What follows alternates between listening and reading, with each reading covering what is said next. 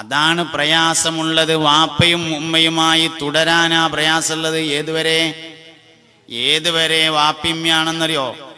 വാപ്പയും ഉമ്മയും മരിക്കുന്നത് വരെ അല്ല, കുട്ടി മരിക്കുന്നത് വരെ വാപ്പ വാപ്പയായിരിക്കണം, ഉമ്മയായിരിക്കണം.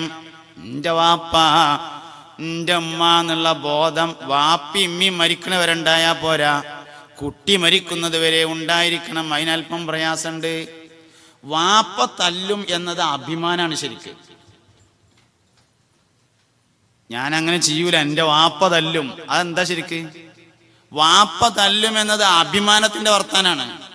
തല്ലാൻ യോഗ്യതയുള്ള വാപ്പ ഉണ്ടാവണം എന്നേ ഉള്ളൂ. നോക്കിയില്ലെങ്കിൽ ആരും കേടുവരും, നമ്മളും കേടുവരും.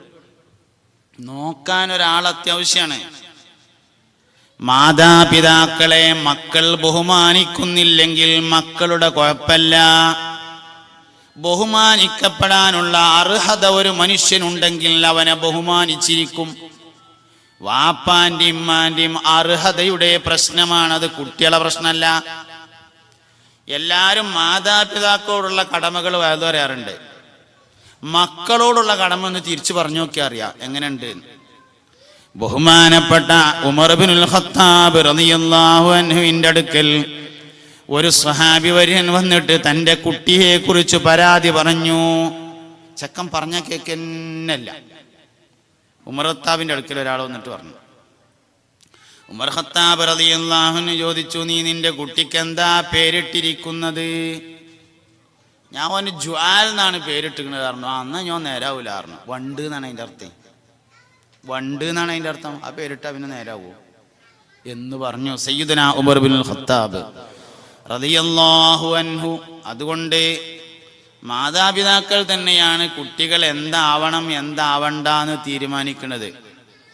ചെറിയ തുണി എടുത്തിട്ട്, ചെറിയ പാവാട എടുത്ത് കണ്ട്, ചെറിയ ചുരിദാറൊക്കെ ഇട്ടാണ്ട് അവരത്തൊക്കെ വാങ്ങിച്ചിട്ട് കുട്ടികളെങ്ങനെ പുറത്തേക്ക് പറഞ്ഞേക്കുമ്പോൾ ശൈത്താൻ വന്നിട്ട് നമ്മളെ മനസ്സിൽ ഇങ്ങനെ പറഞ്ഞു തരികയാണ്, കുട്ടികൾക്ക് ചോദ്യമില്ലല്ലോ, വലുതാവുമ്പോൾ നേരെ ഇക്കോളും. കുട്ടികൾക്ക് ചോദ്യമില്ല എന്നുള്ളത് ശരിയാണ്. മാതാപിതാക്കൾക്ക് ചോദ്യമില്ല എന്നെവിടെയും പറഞ്ഞിട്ടില്ല. അത് നമുക്ക് പറ്റിയ വലിയൊരു അബദ്ധ. കുട്ടികൾക്ക് ചോദ്യമില്ല. ആ ചോദ്യം കൂടി ആരോട് ചോദിക്കും?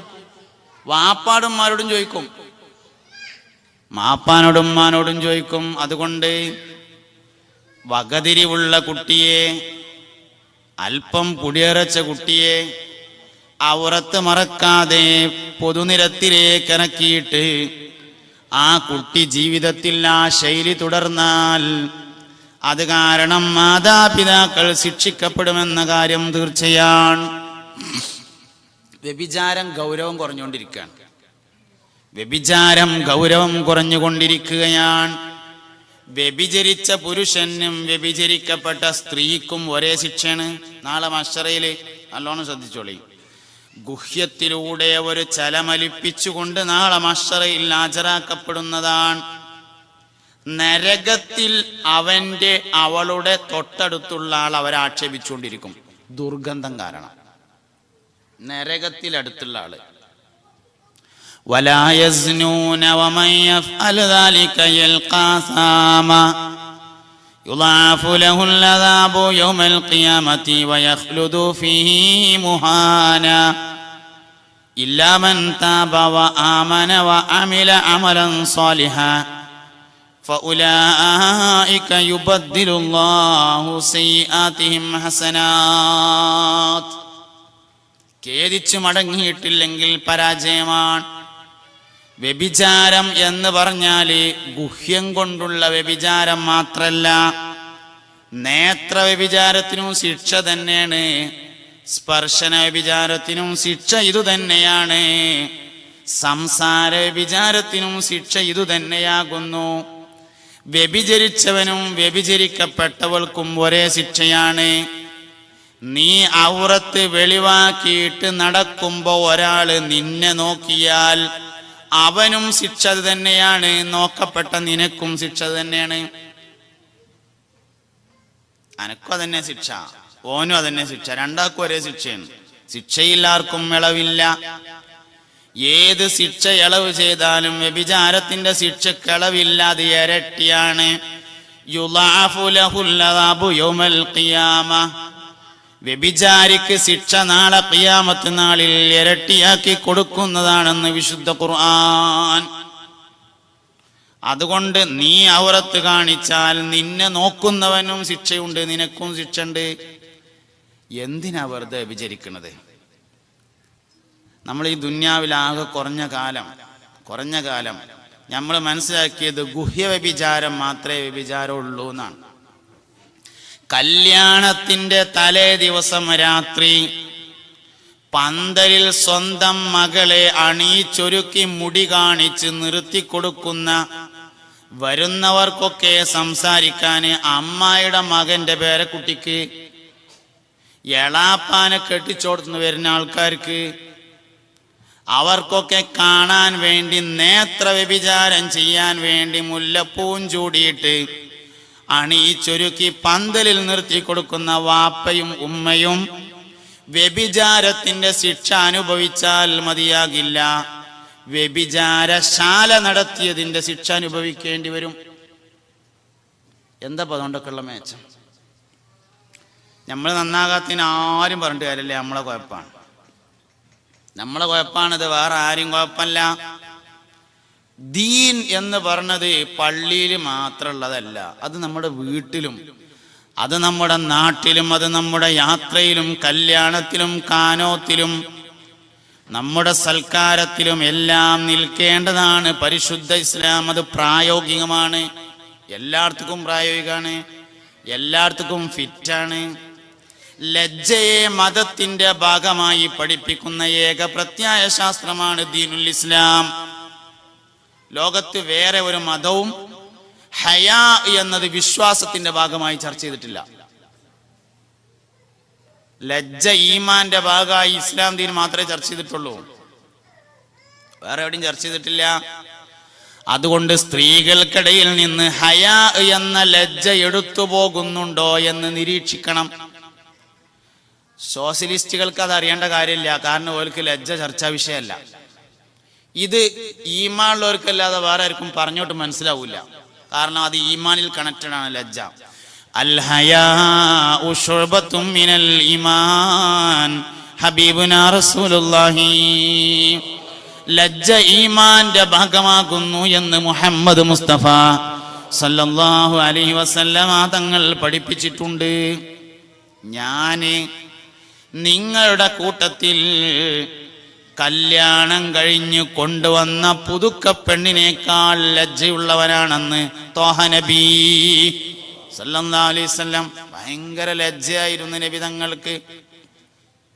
കുപ്പായം ധരിക്കാതെ നബി തങ്ങളെ ആരും കാണുമായിരുന്നില്ല. പുണ്യനബി മറക്കിരുന്നത് ആരും കണ്ടിട്ടില്ല. മലമൂത്ര വിസർജനം നടത്തുന്നത് ആരും കണ്ടിട്ടില്ല.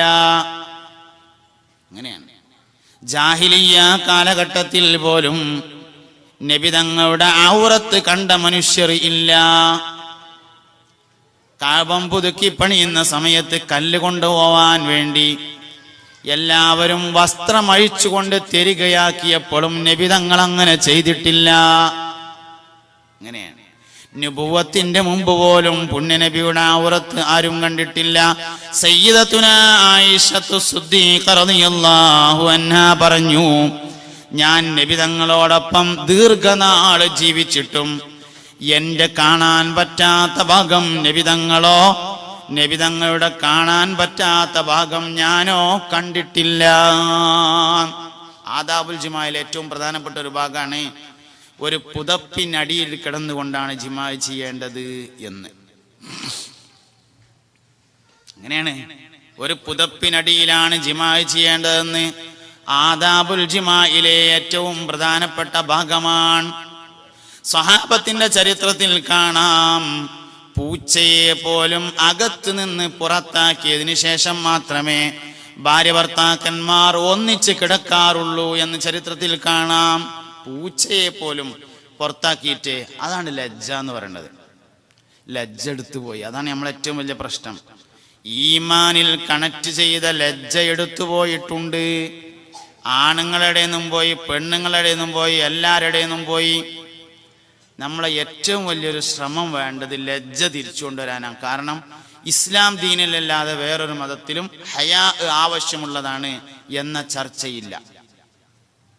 ഇലാഹിയായ മതത്തിലല്ലാതെ വേറെ എവിടെയും അത് ചർച്ചയില്ല. അതുകൊണ്ട് നമ്മളാണത് തിരിച്ചു കൊണ്ടുവരേണ്ടവർ, നമ്മളത് തിരിച്ചു കൊണ്ടുവരണം. അതൊരു വിജയത്തിന്റെ മാർഗമാണ്. ഏറ്റവും കൂടുതൽ ലജ്ജയുള്ളവനാണ് ഏറ്റവും കൂടുതൽ ഈമാനുള്ളവൻ. ഏറ്റവും കൂടുതൽ ലജ്ജയുള്ളവളാണ് ഏറ്റവും കൂടുതൽ ഈമാനുള്ളവൾ. അതുകൊണ്ട് ഇത് കുട്ടികളെ നമ്മൾ പഠിപ്പിക്കണം, ശരിക്ക് കുട്ടികളെയും പഠിപ്പിക്കണം. അപ്പോഴേ അവർക്ക് മറക്കാൻ തോന്നുള്ളൂ. കാണുന്നതിൽ ലജ്ജ വേണം, കാണാതിരിക്കുന്നതിൽ ലജ്ജ ഉണ്ടാവണ്ട. എങ്ങനെ ഇപ്പൊ കാണാതിരിക്കലേ നമുക്ക് മടി തോന്നണേ? എങ്ങനെ ഇപ്പൊ മുഖം കാണിക്കാതിരിക്കുക? അതൊരു ലജ്ജയാണ്. കാണുന്നതിൽ ലജ്ജയായിട്ട് അത് എന്ന് മാറുമോ അന്ന് നമുക്ക് വിജയം ഉണ്ടാവും. നമ്മളെന്നാ നമ്മളെ കുട്ടികൾ പഠിക്കണത്, നമ്മളിൽ നിന്നാണ് നമ്മുടെ മക്കൾ പഠിക്കുന്നത്. അതുകൊണ്ട് ഞാൻ ഏതായാലും ഉസ്താദെ എങ്ങനെ ആയിപ്പോയി, കുട്ടികൾ നന്നാകാൻ വേണ്ടി ഒന്ന് ദ്വാരക്കൊണ്ടു എന്ന് പറഞ്ഞിട്ട് 100 റുപ്യ വയതിന് കൊടുത്തിട്ട് ആദ്യം നമ്മൾ നന്നാവാൻ തീരുമാനിച്ചാൽ കുട്ടികൾ ഓട്ടോമാറ്റിക്കായിട്ട് നന്നാവും. 100 റുപ്യ കൊടുത്തോളി, ദ്വാരന്നോളി, അതൊക്കെ വേണ്ട തന്നെയാണ്. എന്നാഞ്ഞിപ്പോൾ അതൊക്കെ നിർത്താൻ തീരുമാനിക്കണ്ട, അതൊക്കെ വേണം. അതിൻ്റെ ഒപ്പം നമ്മളൊന്ന് നേരാവാൻ തീരുമാനിക്കുകയും വേണം. നമ്മളൊരു നേരാവാൻ തീരുമാനിക്കണം. നമ്മളെ ഇസ്ലാമിക് സെന്ററിന്റെ വളരെ പ്രധാനപ്പെട്ട ഒരാളോട് സംസാരിച്ചപ്പോൾ അദ്ദേഹം പറഞ്ഞു, എനിക്ക് പുടിയരച്ചതിന് ശേഷം സുബ്ഹി ഖളാ ആയത് ഓർമ്മയിലില്ല, എൻ്റെ ഉമ്മ അത്തിരി ഉഷാറായിരുന്നു എന്ന് പറഞ്ഞു. എന്തൊരു സന്തോഷമുള്ള വർത്താനാണത്, വലിയ സന്തോഷമുള്ളൊരു വർത്താനാണത്. കുട്ടികളെ സുബഹിസ്കരിപ്പിക്കുന്നത് ഉമ്മയും വാപ്പിയും തന്നെയാണ്, വേറെ ആരുമല്ല. ആദ്യം നമ്മൾ നിസ്കരിക്കാൻ തയ്യാറാണെങ്കിൽ നമ്മളെ കണ്ട് നമ്മളെ കുട്ടികളും തയ്യാറാവും. ഗൾഫ് നാടുകളിൽ കുറച്ചൊക്കെ ഒരു മെച്ചമുണ്ട് കേട്ടോ. നാട്ടിൽ ആ വിഷയം ഇതിലേറെ പരാജയമാണ്. ഗൾഫിൽ കുറേയൊക്കെ ഒരു മെച്ചമുണ്ട് ആ വിഷയത്തിൽ, ഞാൻ മനസ്സിലാക്കി കൊടുത്തോളാം. സുബഹിക്ക് നിൽക്കുന്ന വിഷയത്തിൽ മാറസുള്ളുണ്ട്. നാട്ടിൽ അതെന്ന് മാത്രമല്ല, നാട്ടിൽ ഇപ്പൊ എല്ലാ ഭക്തനും പള്ളിയൊക്കെ പോകണം. നമ്മൾ വരെ നാട്ടിൽ പോയാൽ അതിന് ഒഴിവിട്ടുന്നില്ല. ഒഴിവിട്ടായിട്ടാണെങ്കിൽ അത് വേറെ, പക്ഷെ ഒഴിവിട്ടിയാൽ തന്നെ പോകൂലെങ്കിൽ അവൻ എന്താ കാട്ടുക? ഒഴിവിട്ടണില്ല എന്നല്ലെങ്കിൽ വേറെ പല വഴിയുണ്ട്. പക്ഷെ ഒഴിവ് കിട്ടിയാലും നമ്മൾ പോകൂലച്ച എന്ത് ചെയ്യും? അതൊരു പ്രശ്നം തന്നെയാണല്ലോ. അതുകൊണ്ട് ഫർദ് നിസ്കാരത്തിന്റെ കാര്യത്തില്, സുന്നത്ത് നിസ്കാരത്തിന്റെ കാര്യത്തില് നമ്മൾ എത്ര കണ്ട് ശ്രദ്ധിക്കണുണ്ടോ അത്ര കണ്ട് നമ്മളിൽ നിന്ന് അത് നമ്മളെ കുട്ടികൾക്ക് പകർന്നു കിട്ടും. നമ്മളെന്തൊക്കെ ചെയ്യണോ അതന്നെയാണ് കുട്ടികളെ നമ്മളടുത്ത് നിന്ന് അഭ്യസിക്കുന്നത്. ഓരോ കാര്യത്തിലും ആ ശ്രദ്ധ നമുക്കുണ്ടായിരിക്കണം. ഓരോ കുട്ടികളുടെ ഓരോ ചോദ്യങ്ങളും നമ്മൾ ശ്രദ്ധിക്കണം. കുട്ടികളുടെ ഓരോ പെരുമാറ്റവും ശ്രദ്ധിക്കണം. ആദ്യഘട്ടത്തിൽ തിരുത്തിയില്ലെങ്കിൽ പിന്നെ നമുക്ക് തിരുത്താൻ കഴിയൂല. പല വിഷയവും അങ്ങനെയാണ്. ഫസ്റ്റത്തെ പ്രാവശ്യം തന്നെ ഇടത്തെ കൈ കൊണ്ട് വെള്ളം കുടിക്കുന്ന സമയത്ത് മോനെ അത് വേണ്ട, വലത്തെ കൈ കൊണ്ട് കുടിച്ചാൽ മതി എന്ന് പറയാൻ പറ്റണം നമുക്ക്. കൊഴിഞ്ഞു ചാടിയ ഭക്ഷണം എടുക്കാൻ മാപ്പിളാര് ഭക്ഷണം കഴിക്കുന്നതും അല്ലാത്തൊരു ഭക്ഷണം കഴിക്കുന്നതും തമ്മിൽ ഒരുപാട് വ്യത്യാസമുണ്ട്. ആ വ്യത്യാസം കാണണം. അദബുകളിൽ വെച്ച് ഏറ്റവും വലിയ അദബ് ഭക്ഷണത്തിന്റെ അദബാണ്.